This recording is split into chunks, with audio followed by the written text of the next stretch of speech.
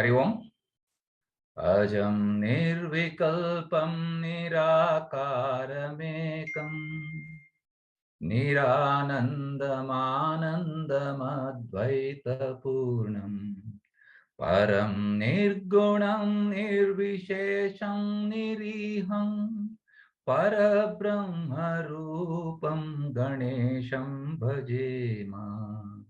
Parabrahmarupam Ganesham Bhajema. Sri Guru Namaha. Namaste. Welcome to session 113 of Bhagavad Gita verse by verse. We have completed chapter 14 in session 111. Today we are going to start study of chapter 15 called Puruṣōttama Yoga with the first 5 verses. At the end of the class, Chiranjeevi Anant Kulkarni will be chanting those verses we studied today.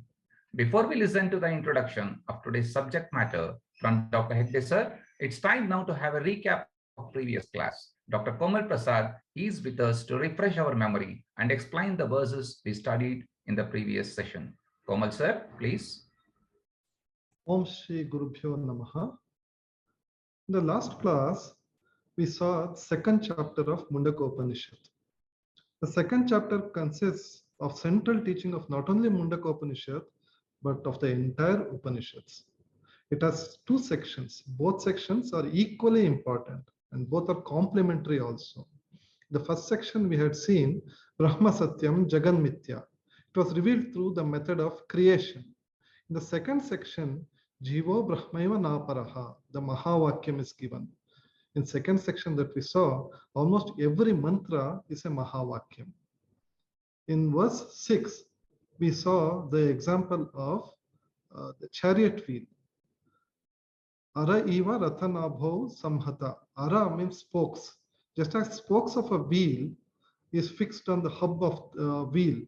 So this example is given to connect consciousness through mind, how we get connected through our body into sense objects out in the outside world. Like in the center, in the heart stays the consciousness, in the Hrudayam, which is connected through the body. In the physical sense, it's called technically nadis. The consciousness gets connected through our sense organs to sense objects in the outside world. Mind contacts the world through sense organs, and this creates thoughts, and these thoughts are called vrittis. Thoughts by themselves can't become experiences. Only when there is this spotlight of consciousness falls on it, these vrittis or the thoughts becomes experiences. So we get confused because the thoughts are so vivid. We get connected to the thoughts much more than what is illumining those thoughts.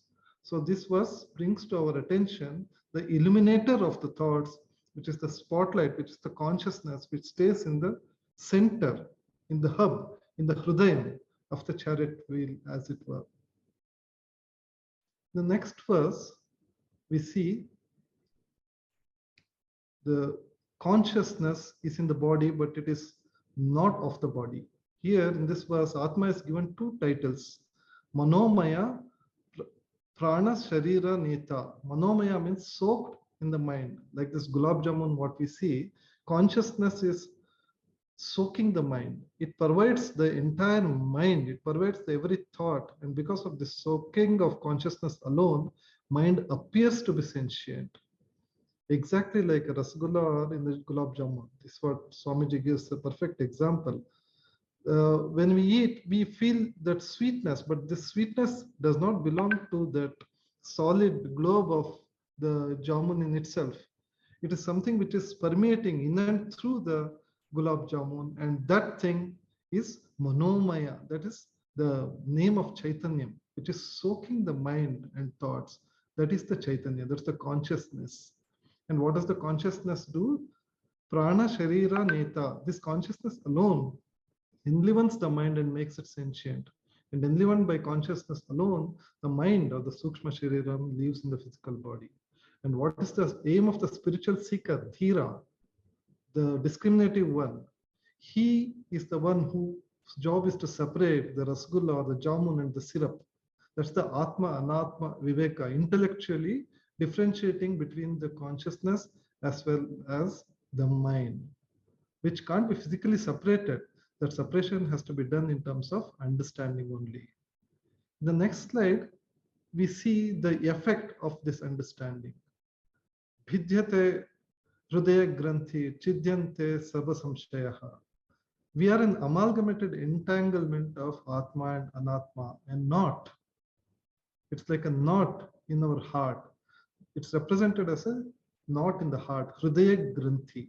Once one goes beyond the duality of cause and effect, this knot gets broken. Bhidyate. All doubts are resolved. Chidyante sarva samshayaha. And then all the karmas will be gone. And that is the true liberation. And as we see in the next slide, then we get into that stainless and indivisible Brahman, which shines in the highest golden sheath. Hiranmaye pare koshe virajam Brahman nishkalam. Tachubram jyotisham jyotistad yadātma vido viduhu. So this Jyotisham Jyotistad, it's the light of all lights. Jyoti means light. Jyotisham means of all lights. In Vedanta, light means is that principle in whose presence things can be experienced. Light is that principle in whose presence things can be experienced, and in its absence, and in whose absence things cannot be experienced. So this tube light or sunlight is called light. It's because in the presence of that light, we can experience all around us. Extending this definition further, as we see in the next slide, we can consider our sense organs are also light, according to this definition, because without our eyes, we can't experience. In the absence of eyes, we can't experience the world around us. Extending further, Vedanta takes us further to the mind. Mind is a greater light than sense organs. That's because without the mind, even if we have our sense organs and the light, we can't perceive what we are seeing. So mind is a greater light. So next question, what is beyond the mind? So what experience darkness? That's a very big discussion in Vedanta. Consciousness alone illumines darkness. I, body, mind, etc. are all only mediums. It's the chaitanyam which illumines the darkness. I am conscious of darkness. I am aware of darkness. How is that I am aware of the darkness? It's because of the consciousness alone. Even the consciousness is the unique light which illumines the external and internal darkness. No other light can illumine darkness, because if any other light comes, darkness will not be there for it to illumine. So these are all Mahavakyas. They request a lot of introspection and understanding, and it takes our whole lifetime to get the hang of what this Mahavakya teaches us. So this was the exciting journey we had about Mundaka Upanishad in the second half, verses 6 to 10 of second Mundaka. Thank you. Thank you, Dr. Komal. That was a great work, because to summarize so many verses of the Upanishads in a short period of time, and that too to give excellent example that we will be able to remember. And these verses of the Mundaka, we have reached the climax of the Mundaka, and certainly what a privilege that we have to be able to study such a wonderful text. Sadashiva samarambam Shankaracharya madhyamam Asmadacharya Pariyantam Vande Guru Paramparam Om. It is so happens that we are not only come to the climax of the Mundaka Upanishad, we have come to the climax of the Bhagavad Gita also. Nowhere in the Gita we will going to reach a higher peak than in the 15th chapter of the Bhagavad Gita, titled Puruṣōttama Yoga. Toward the end of this chapter, you will have one verse which says, Yo mam eva asammodaha jñānati Puruṣōttama. Let that be the vision for us as we begin this chapter. Yo mam eva asammodaha. Moda means fool. Sammodaha means completely fool. Asammodaha means wisely. That person who can make a wise understanding of Who is this Puruṣōttama? Commentators have told this, and Swamiji emphasizes again and again that in the Charama last 6 verses of the Bhagavad Gita, there are 3 important aspects. The topic is jñāna yoga. The context is jīvātma, paramātma, aikyam. So you will see about Satchid Tattvamasi here. And then very importantly, the importance of sadguna, all that we will see in a capsule in today's class itself. As the title of this chapter is Puruṣōttama, and as the concluding verse which tells us, Yomam eva asammodaha jñānati Puruṣōttama. So that is a vision that I must understand who is this Puruṣōttama. This Puruṣōttama is nothing new for all students of Vedanta. Swamiji has told us again and again that we are not this body-mind, but we are this embodied Brahman within this body, which we call as Atma. That consciousness principle, because of which you are able to listen to these words, because of which I'm able to communicate, because of which the whole world exists, which in the 13th chapter is called as Kshetrajna. The same thing in the 14th chapter is called Guna Atita. And the same thing in the 15th chapter is known as Puruṣōttama. It will be very nicely derived, and ultimately we have to be able to declare that I am that Puruṣōttama. Of course, the opening verses which you will see today deal with samsāra varnanam.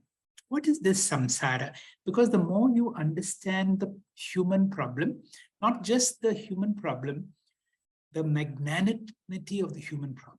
What a problem this is. And it looks like an unsolvable problem. You solve one problem today, we have created few more problems to be solved tomorrow. In a way, we do not finish problem solving.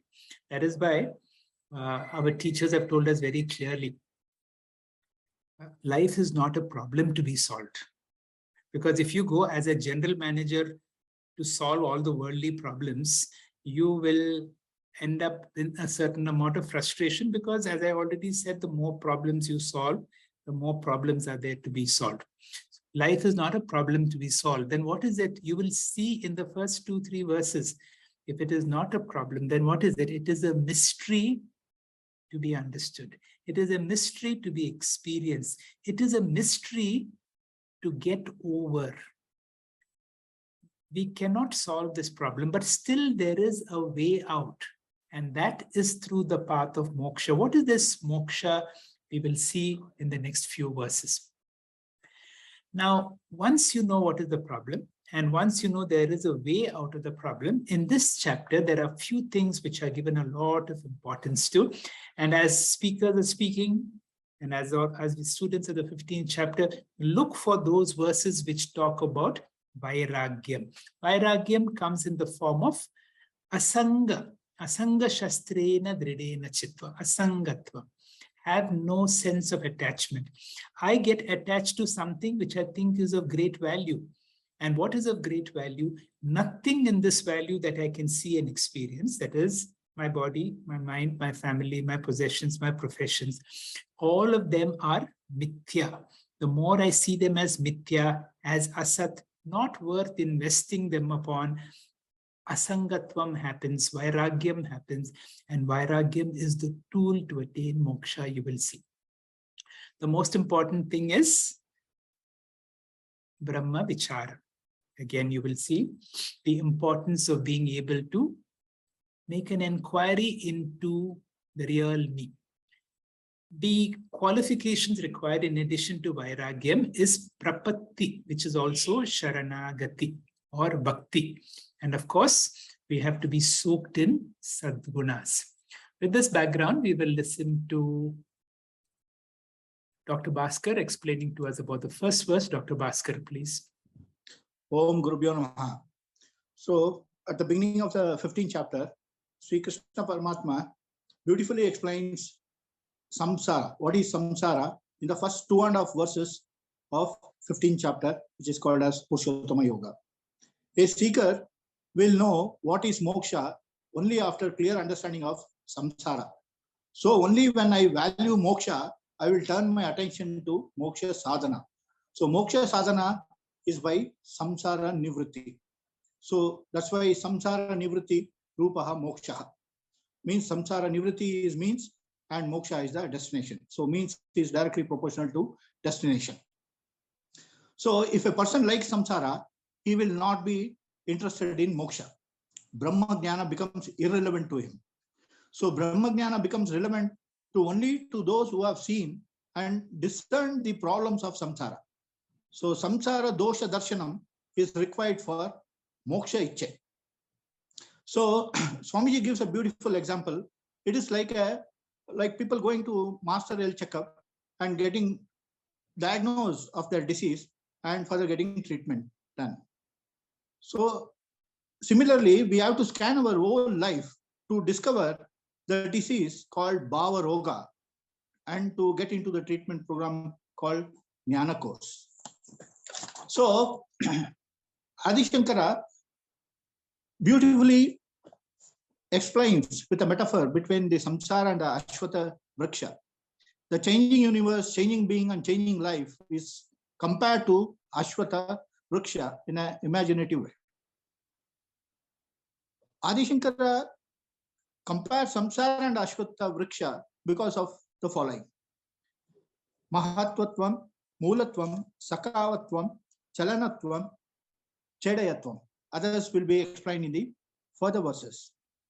Mahatvam because both the samsara and the aśhvattha tree are huge and vast.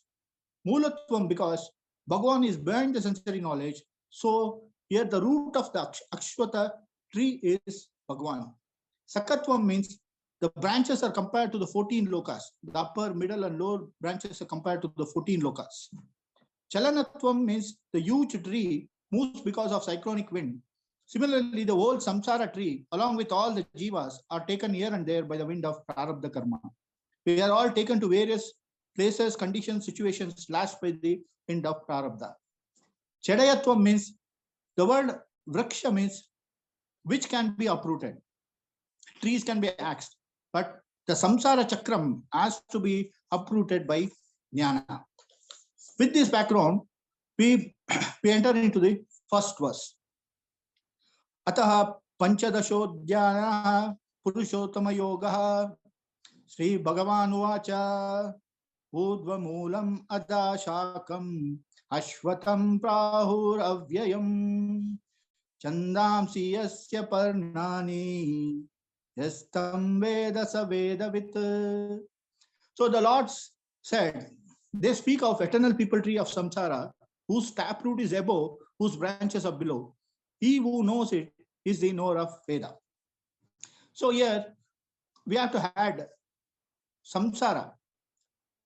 Samsara aśhvattham tulyam paraho means they are talking about samsara tree and the aśhvattha tree. They speak of avyayam aśhvattham, the eternal fig tree of samsara. The entire samsara is compared to aśhvattha vriksha. And what type of tree is this? Whose roots are urdhvam. Urdhvam means, next slide, sir. Urdhvam means which is superior, sacred, beyond our comparison. This superior, incomprehensible Brahman or paramātma is the moolam of the samsara tree. That means he is the taproot of the aśhvattha tree. So urdhva means it's also above, but here we have to consider it as superior, incomprehensible Brahman. Adashaka means, Ada means that is below. All the branches in the form of 14 lokas are comprehensible. So perceptible lokas are compared to branches, imperceptible lokas are compared to the root of the aśhvattha tree. Avyaya means whose beginning and end is not traced. The tree and seed cycle, it is anadi and ananta for the aśhvattha tree. Similarly, human life also, karma, janma, chakra rupena avyayam. It is eternal. So, next slide, sir. Chandamsi asya parnani. So chandasas means the meters of Vedas. So here the leaves of the aśhvattha tree are compared to the chandasas means the meters of Vedas. Here, most important thing what we have to understand is it is karma kanda of the Vedas. So the leaves, how it nourishes the aśhvattha tree, the karma kanda makes people to remain in the form of rituals and perpetuate samsara. So the important thing is enter karma kanda, purify and come to jnana kanda. One who understands this universal tree with many branches, leaves and fruit, etc. Adi Shankara adds, Samulam Praksham Yahaveda Sa Vedavid. Along with the root of Brahman, you should know the tree of universe. He alone is a wise person who has understood the scripture properly. Vedavid means Vedarthavid, the one who is jnani.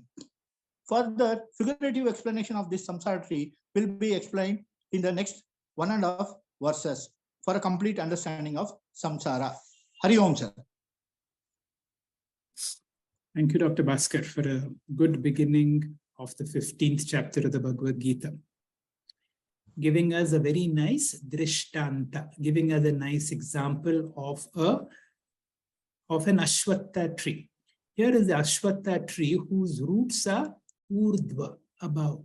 Now you cannot imagine a tree with roots above, but urdhva has to be taken as something beyond. That is param. Our whole objective in this chapter is to know Puruṣōttama. And it is also said those who know the root of the samsara tree, such person knows the Veda. That means we should know who is this Puruṣōttama. So to know who this Puruṣōttama, which has been given as someone above, which is from where this whole samsara vriksha, this whole samsara tree. And of course, you will see a lot of paradoxes. On the one hand, you say the tree is avyayam. At the same time, you call this tree as aśhvattha. Adi Shankara, in his Bhashyam, describes the word aśhvattha. The word shva means tomorrow. Tha means tishtati, that which is standing or that which abides tomorrow. Aśhvattha means that which is not going to be standing tomorrow. At the same time, he uses the word avyayam, that which does not decay, that does not undergo any modification. Now here we come to a little bit of the whole mystery of this world, which in a way is a reality which keeps going on and on and on, as we will see in the next verse. What is that which goes on and on? The mystery is this samsara just goes on and on, the root of which is the Puruṣōttama or Brahman, which we need to be able to understand in this chapter. How is this samsara vriksha going on and on? We will see that in the next verse by Dr. Ambika, please. Hari Om, Shri Gurubhyo Namaha. So we have seen the Bhagwan is describing or giving the description of samsara so that a mumukshu should know what a moksha is. What is a moksha? Moksha is a freedom from samsara. Then what is samsara? Samsara is raga, shoka and moha. And why this is required? So that we will be committed to this spiritual sadhana only when we know what is our sadhyam or the destination. So Bhagwan Shri Krishna is describing this samsara as a huge eternal tree of life and death. So the verse 15.2 goes as Adhaschordvam prasatastasya shakhaha guna pravriddha vishaya pravalaha adhascha mulanyanusantatani karmanubandhini manushya loke. Tasya shakha prasita means the branches of this samsara tree are spread far and wide. And where they are spread, some are above, some are below, and some in the middle. And these branches are compared to the 14 lokas. And in each of these lokas, there's corresponding body to experience the world. The body is the location in which the jiva comes. And then what is a jiva? Jiva is a sukshma sarira plus reflected consciousness. this jiva can go to the higher loka or to a lower loka. Then what decides this ascending and descending in the lokas? It is being decided by a free will. It is decided by the life which we are following, whether it is a sattvic life, rajasic life, or a tamasic life. Therefore, guna pravrittha. Each body is determined by these three gunas. We are, by our actions, we are preparing for the next janma. Our sense organs are responsible for our kama, that is desire. This desire will lead to karma, and karma will lead to the phalam of punya and papa, hence which will be deciding our next birth. So Vishaya Pravalaha. These sense organs are the roots, act as a shoot which are responsible for our next shariram. Adhascha mulyanu anusantatani. We know for every tree, there will be several roots. One will be the primary and others are the secondary roots. So what are these secondary roots? These secondary roots are our vasanas, which leads to our karma and its phalam of papa and punyam, which decides the punarjanma. So these secondary roots leads to the karmanu bandhini. Here the anubandha means the consequence of raga, dvesha and vasana. Where this is happening? This is happening in Manushya Loka. Why only Manushya Loka? Because Manushya Loka is the loka where we can do the karma. The other lokas are the bhoga prarabdha or bhoga prarabdha janma. There we cannot do the karma. Only in Manushya Loka we have the consequences of our karma. Hari Om. Thank you. Thank you, Dr. Ambika. That was a nice explanation of another verse where Sri Krishna is telling us about the mystery of samsara. How the samsara has got a method of perpetuating itself if you do not know who is Puruṣōttama, if you do not know the real origin, if you do not know our true nature, then I have avidya. When there is avidya, a desire comes, kama. When kama comes, there is karma. Karma results in punya and papa. Punya papa results in punarjanma. And that is why in the next shloka, we will realize what is the solution. Otherwise, this worldly life, the samsara vriksha is extremely complex. It has got a method of auto-perpetuation. It keeps on perpetuating itself. And therefore, if you have to get out of it, you have to do something extremely strong. And what is that? We will see in the next verse, which will be explained to us by Dr. Raksha. Dr. Raksha, please. Shri Gurubhyo Namaha. Na rūpamasyeha tatopalabhyate nanto na chadir na cha sampratishta aśhvattha menam suviruda moolam asaṅgaśastreṇa dridena chitva. In the first half of this verse, Lord Krishna continues with samsara varnanam. He conveys a very important information. The more we probe into this universe and life, the more mysterious it becomes. So the whole creation is mystery or maya.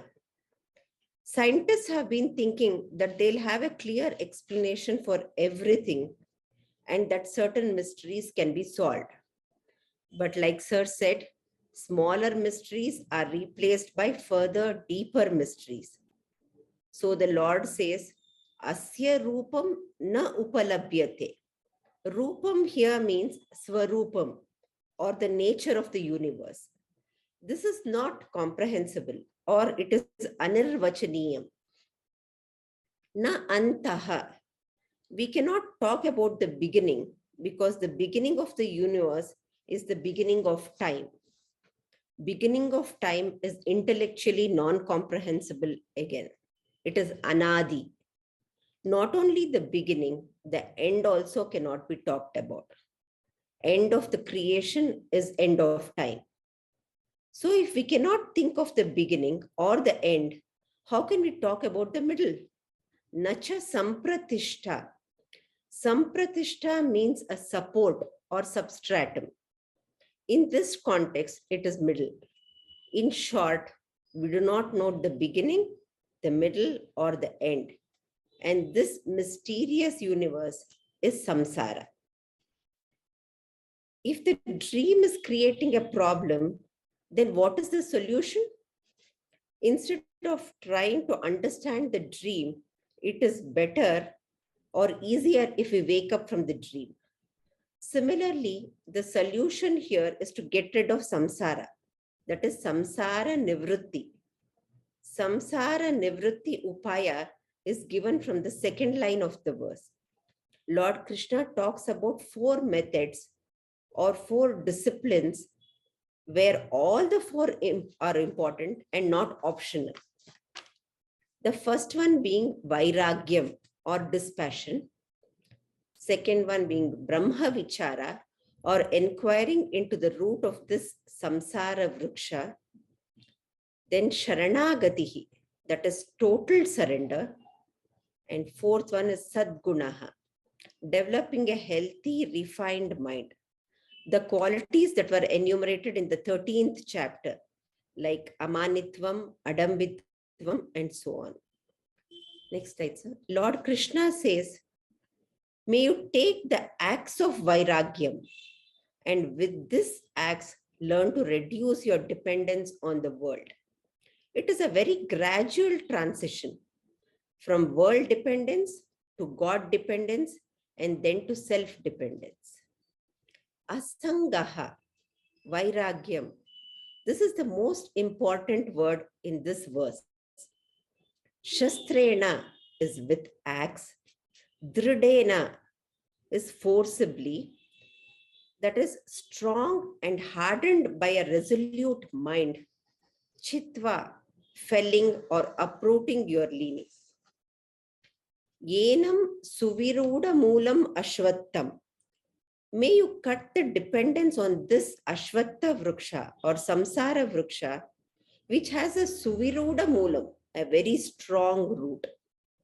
The other disciplines are discussed in the next one. Hari Om. Thank you, sir. Thank you, Dr. Aksha. Explaining a very important verse very clearly. As you said, there is no way we can solve the problem of samsara. The only way is to get out of it. And how do we get out of this? It is through Vedanta Vichara. And once Vedanta Vichara, when you get to know your truer nature, then from Viveka is born Vairagya. And we need to use the axe of Vairagya very, very firmly to be able to get out of samsara. Of course, we need sharanagati, we need sadguna, and you will see these are the 4 things which all our speakers will be speaking about again and again in this chapter. The next verse will be explained to us by Dr. Ashwini. Dr. Ashwini, please. Thank you, sir. Om Shri Gurubhyo Namaha. Tatah padam tat parimargitavyam yasmin gatana nivartanti bhuyah tameva chadyam purusham prapadye yatah pravrittihi prasrita purani. Physical growth of a human body happens naturally, but emotional growth needs working on it, which is termed as Vivekajanya Vairagyam.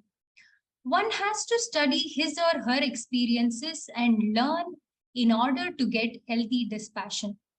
Then one need to go for the other disciplines, which is known as Parimargitavyam. It simply means inquiry or vicharaha, searching or seeking. Seeking of Tat Padam. Tat Padam is the ultimate destination of life and also the ultimate substratum of the samsara, which is Brahman. Brahman inquiry is Shastric inquiry, involves the guidance of a guru. In the first part of 15th chapter, Lord Krishna gives description of samsara so that a person would get desire for samsara nivritti or moksha. Because unless one diagnoses the human problem, there will never be an attempt to get out of it. So he does this diagnosis in first 2.5 verses, and thereafter Lord Krishna now enters into the sadhanas meant for samsara nivritti or samsara nivritti sadhanāni. Lord Krishna highlights 4 disciplines. First one being vairagyam. Idea conveyed here is depend more on Lord than world, shifting from world dependence to God dependence, so that later one can discover that the Lord is none other than his or her own higher nature. The scriptures do not reveal this fact initially. Lord is always presented as third person. God is described as paroksha vastu, as someone different. And thereafter, we discover the fact that the Lord is not away from oneself, but his or her own higher nature. And therefore, God dependence will later be converted into self-dependence, which is total freedom.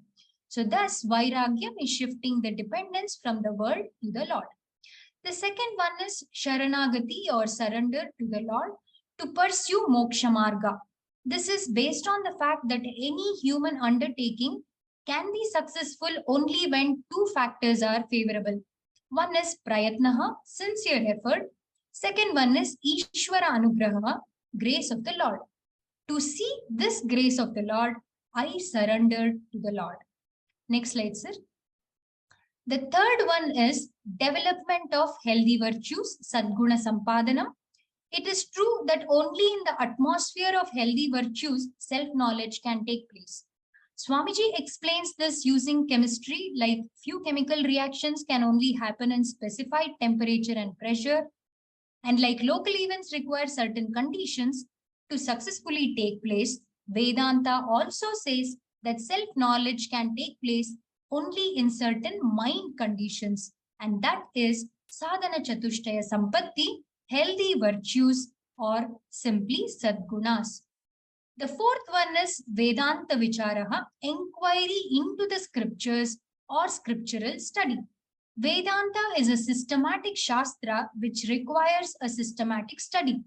Vedanta Vicharaha consisting of Shravana, Mananam and Nididhyasanam, and Lord Krishna uses the word Parimarganam here. It means self-enquiry through the instrumentality of scriptures. Self-enquiry requires the instrument called Shastra Pramanam. Therefore, self-enquiry is equal to Shastric enquiry. Atma Vicharaha is equal to Vedanta Vicharaha. Swamiji explains this with the example of a mirror. If one has to see his or her face, one has to make use of the mirror. When they look into the mirror, it appears as though they are looking outside, but they are seeing themselves. When they are trying to apply kumkum on face, they don't apply it on the mirror, but apply it on themselves. We know we see there, but we see here. Similarly, more we get into Shastras, properly with the right guru, greater Shastric study, greater understanding of oneself. Although Lord Krishna does not mention which is the most important sadhana among the 4 that we just mentioned, we should remember that Vedanta Vicharaha is more important, and Vairagyam, Sharanagati and Sadgunas supports to condition our mind in removing ignorance. Ignorance is removed only by knowledge generated by Vedanta Vicharaha. Next slide, sir. So coming to the verse, Tameva Chadyam Purusham Prapadye. One must be a devotee of the Lord. Without Ishvara Bhakti, any amount of intellect will not bless a person. Though we require a sharp intellect, Bhakti is equally important, and more importantly, surrendering ourselves to the Lord. That Purushaha, all-pervading Lord, I surrender. What type of Lord is he? Yatah Purani Pravrittihi Prasrita. Pravrittihi is emergence, origination of this creation, and it's Purani, most ancient creation. Prasrita proceeds or emerges from that Lord I surrender to. This is Sharanagati, the second upaya. Going back to the first line, The third sadhana, that is Vedanta Vicharaha. Tataha.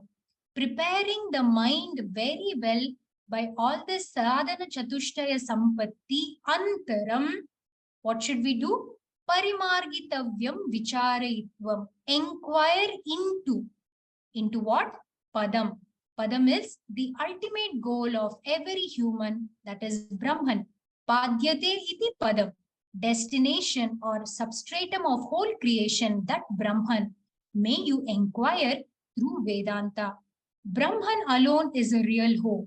Lord Krishna says, Yasmin Gata, reaching that real home, that destination, that Brahman, that moksha, Bhuyahana Nivrittanti. One does not come back to samsara, which is a perpetual struggle. So may you seek that goal through Vedanta Vicharaha. Om Shri Gurubhyo Namah. Thank you, sir. Thank you, Dr. Ashwini. Very nice explanation of another great verse. All these verses make the 15th chapter so great enough. So the chapter begins with the description of samsara. What a mysterious life. A life that seems to have no beginning, that seems to have no end. Something is constantly being perpetuated. The more we try to solve problems, the more we get into problems. And then once we know that it is an insolvable problem, the scriptures tell us that there is a way to get out. And the way to get out is whatever we give a lot of importance to, and this is emphasized by Swami Anubhavanandaji, whatever we give a lot of importance to. If I give a lot of importance to my work, if I give a lot of importance to punctuality, it may be something that you give a lot of importance to, that something can give you a lot of problems. And if you analyze in your life, all our problems is because we give importance to something. Now, am I giving too much importance to anything anatma? My body, my mind, my family, my possessions, my professions. If I give importance to any of these things, then I'm in trouble. So therefore, to get out of samsara, the emphasis is given on through viveka, we get vairagya. Through viveka, that means I know what is sat and what is asat. And therefore, I have less of dependence on something which is asat, which is not real. And once I have vairagya, using sadguna, which will be explained in the next verse, very importantly, this verse begins with the word prapadyante purusham. I want you to surrender, because you know it is through our own efforts we are not going to achieve much.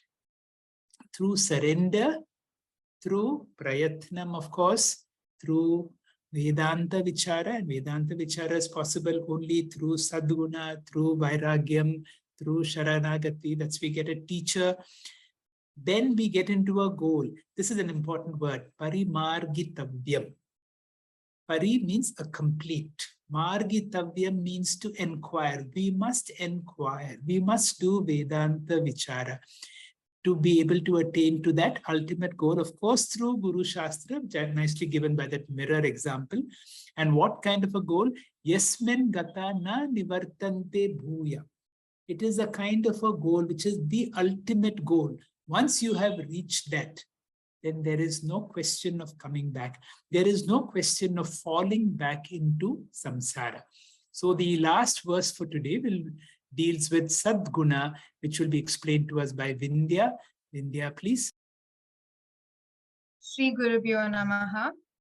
Nirmana moha jita sanga dosha adhyatma nitya vinivritta kama dvandvair vimukta sukha dukkha sanyer gacchantya muda padam avyayam tat. Nirmana mohaha, those who are free from pride and delusion.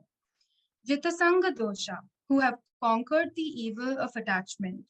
Vinivritta kama, who are free from desires. Vimukta dvandva, who are free from opposite pairs. Sukha dukkha sanyer, known as pleasure and pain. Adhyatma nitya, who are ever committed to that spiritual pursuit. Amudaha, who are wise, gachanti attain, and tad avyayam padam, that imperishable goal. So what does this mean?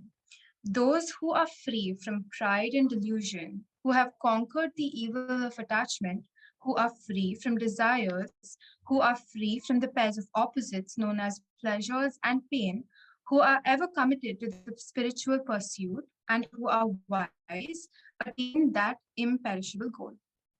So what have we learned so far in chapter 15? We know that it is dedicated to Nirguṇa chaitanyam, or absolute attributeless consciousness. So Krishna talks about 4 methods or disciplines or sadhanas meant for samsāra nivritti. This means to successfully come out of that samsāra chakra, which is also called punarapi jananam, punarapi maranam. And we already went through the first one, which was vairagya, and then the second was sharanagati. Third, which was the previous verse, was Vedanta Vichara. Now, this verse talks about sadguna. And what is sadguna? It is the cultivation of healthy virtues that serve as a catalyst for moksha. And what is the first one? Nirmana. Get rid of ignorance, arrogance, pride, vanity, which unknowingly creep into our personality. And a perfect example of this is, when you go on any social media, for example, LinkedIn, and you have people who have listed all their achievements, their marks, scores, their connection, interest areas, all of that. And I do that too, but I need to remind myself to be humble and tell myself that, there are other people who have achieved bigger things and greater things than I have. And I should have that open mindset to be willing to accept that and not let it get into my head. So how do we ensure this? Is there a way to ensure it?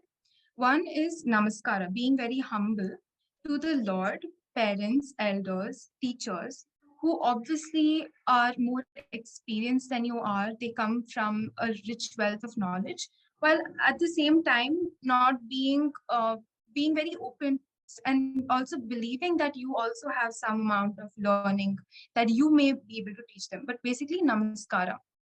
Also remember that people are superior to you. People can be superior to you. You are never the greatest. So whatever I have today is because of the grace of Bhagwan. Whatever glories and skills and talent I have are all gifts from the Lord. So whenever you have accomplished something that you think is great, then the first thing you should do is, pray to God, be thankful for that, because what you possess is Bhagwan's gift.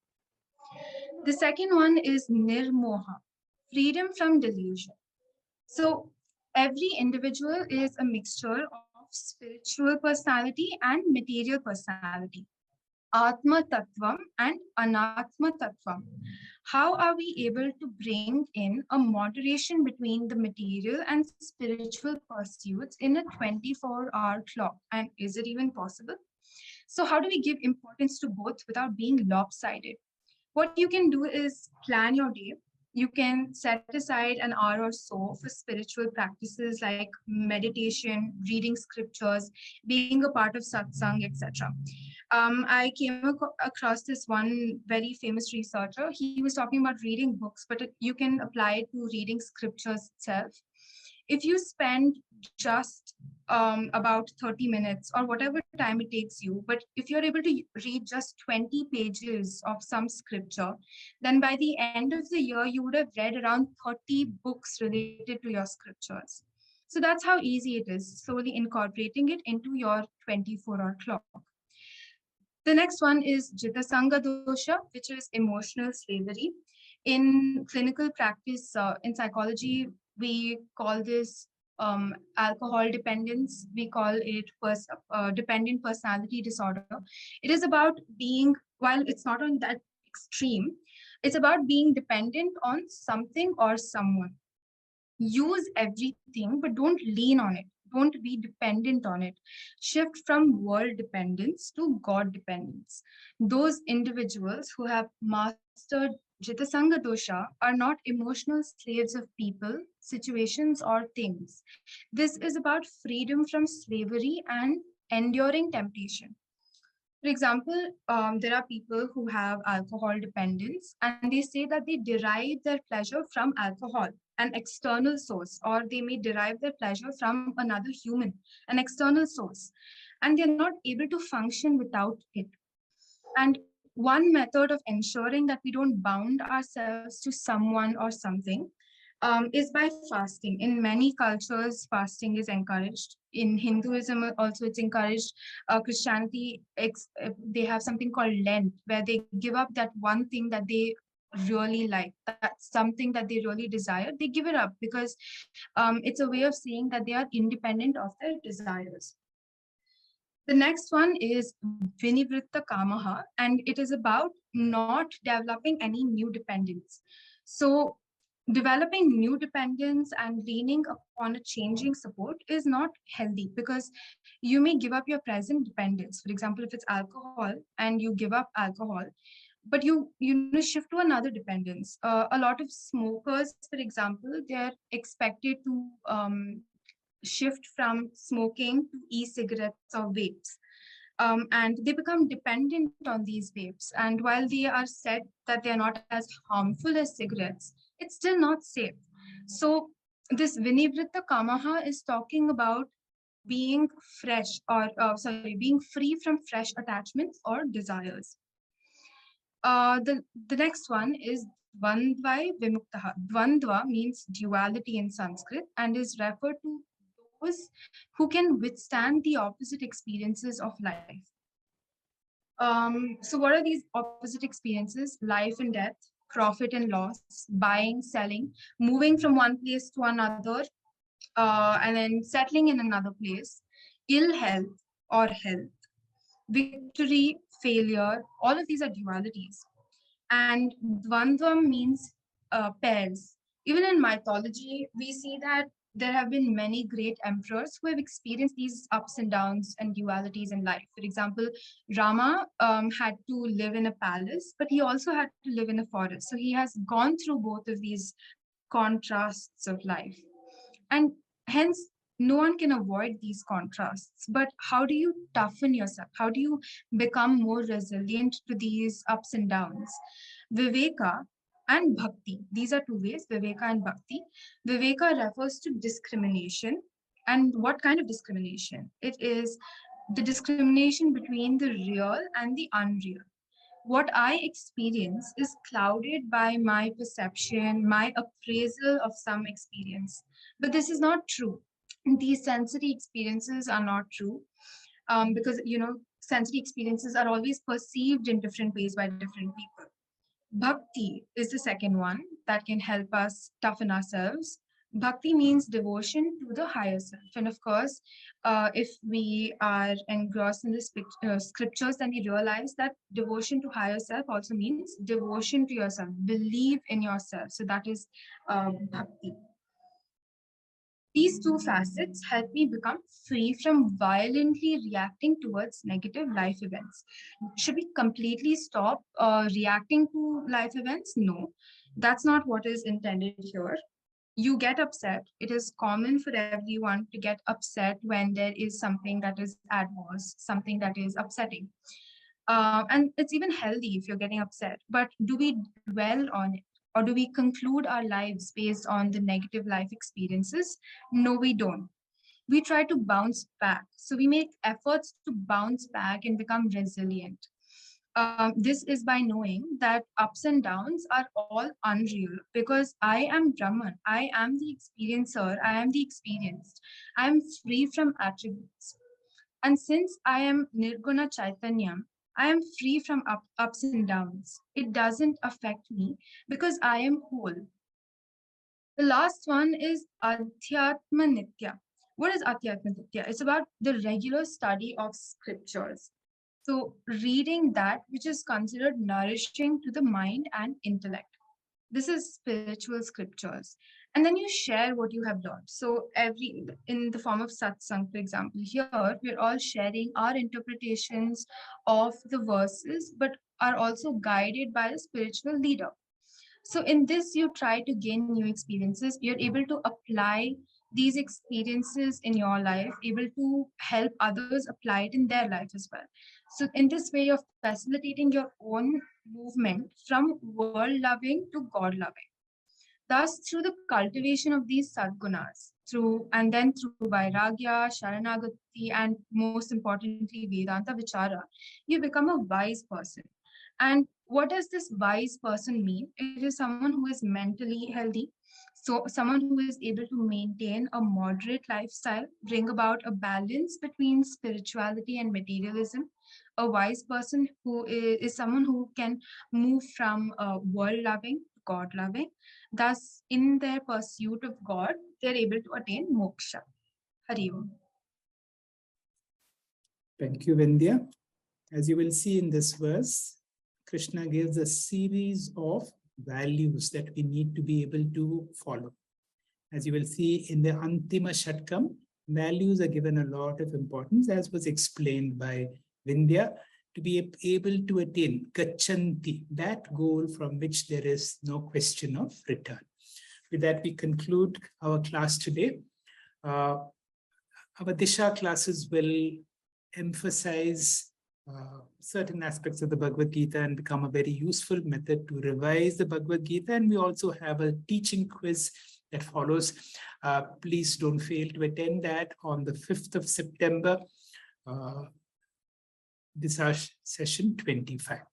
We will have a chanting of these verses by Master Anant. Anant, please. Harihi Om Shri Gurubhyo Namaha. Atha Panchadashodhyayah Puruṣōttama Yogaha Shri Bhagavanuvacha Urdhvamulamadaśhākham aśhvattam prāhuravvyayam chandamsi yasya parnāni yastam veda savedavit adhaschordhvam prasrithastasya shākha guna pravriddha vishaya pravala adhascha mūlānyanusantatani karmanubandhini manusyaloke narupamasyeha tathopalabhyate nanto na chadir na cha sampratishta aśhvattamenam suvirūಢamūlam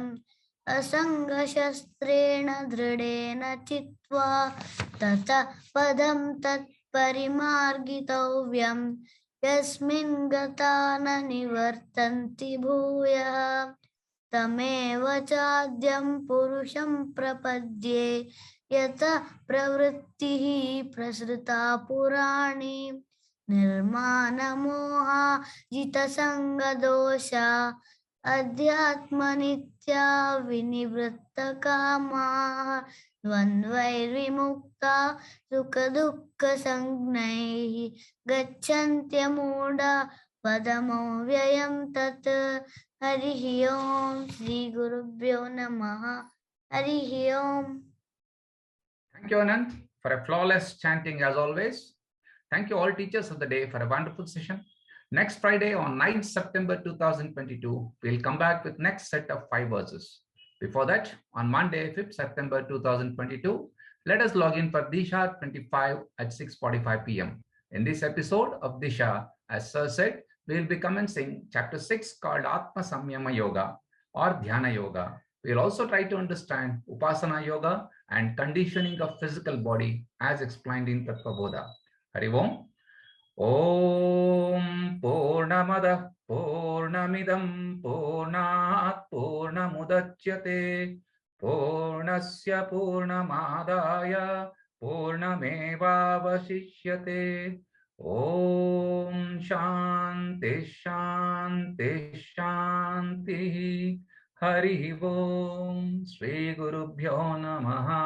Hari Om.